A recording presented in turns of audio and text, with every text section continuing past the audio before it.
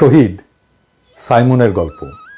18 জুলাই বহদ্দারহাট এলাকায় আন্দোলনরত শিক্ষার্থীরা অবস্থান নিলে সংঘর্ষের আশঙ্কায় দুপুর 2টার দিকে দোকান বন্ধ করে সাইমনকে ছুটি দিয়ে দেন মালিক মিঠু চৌধুরী। দোকান থেকে বের হয়ে বাসায় যাওয়ার পথে বহদ্দারহাট এলাকায় আন্দোলনরত শিক্ষার্থী এবং ছাত্রলীগ যুবলীগের মধ্যে চলমান সংঘর্ষে মাঝে পড়ে যায় সাইমন। গুলিবিদ্ধ হয়ে পানি উন্নয়ন বোর্ডের গলিতে পড়ে থাকে সে।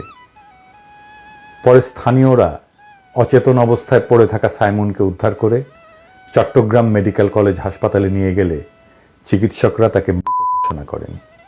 তার বুকে আর পিঠে 2টি চিহ্ন দেখা যায়। সাথে কোনো আইডি কার্ড বা মোবাইল ফোন না থাকায় তার পরিচয় প্রথমে শনাক্ত করা যায়নি। সাইমনের বয়স যখন মাত্র 1.5 বছর, তখন ক্যান্সারে মারা যায় বাবা আমিন রাসুল। মা রহিমা বেগম বুদ্ধি প্রতিবন্ধী বড় ছেলে এবং সাইমনকে নিয়ে চালিয়ে যান জীবন সংগ্রাম।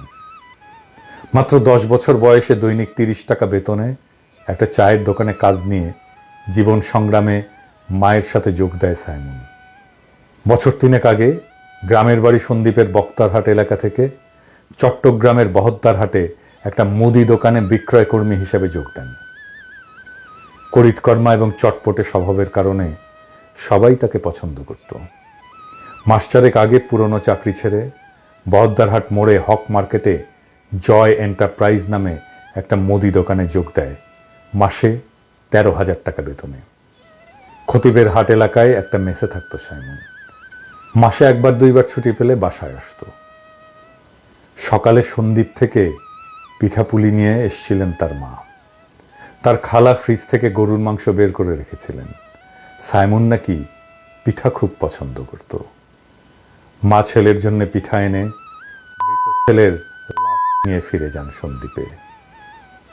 প্রফেসর ইউনুস, আপনাকে ছাত্ররা চাকরি দেয় নাই, আপনাকে এই সাইমনরা বুকের রক্ত দিয়ে অভিষিক্ত করছে ক্ষমতায়। ওটাই গণক্ষমতা। ওই ক্ষমতা আমরা আপনাকে আমেরিকার পদতলে অর্ঘ্য দেওয়ার জন্য দেই নাই। আমরা এটা হইতে দেব না। ইনকিলাব জিন্দাবাদ।